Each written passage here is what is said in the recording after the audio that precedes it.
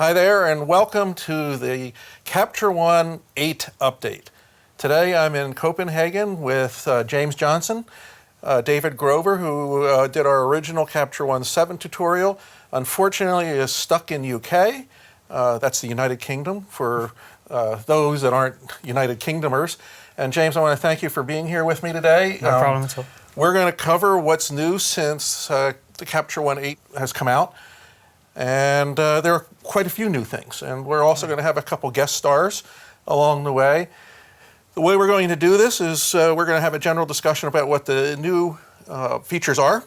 We're going to go through and show some of the power features and power tools that have been adjusted for Capture One 8.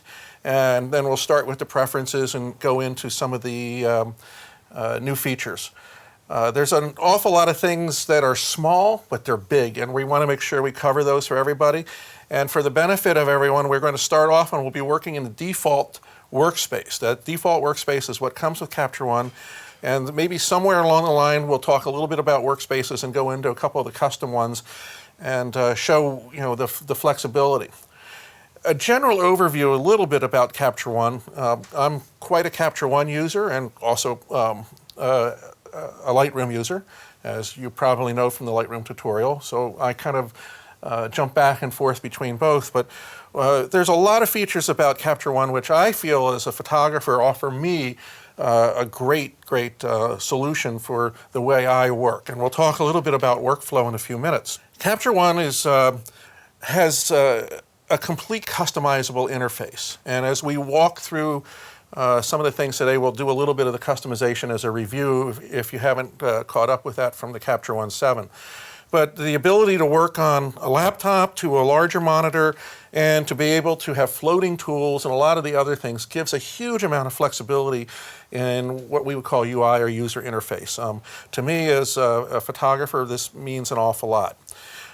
Also, Capture One works with essentially two forms of file management. One is sessions, and also catalogs. And Capture One 8 comes with a much more improved catalog database solution, and we'll get into a little bit about catalogs.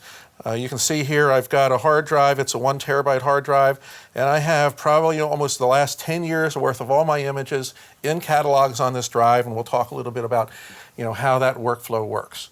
I prefer to always start off with sessions, and we're going to get into creating a session and talking about the session structure.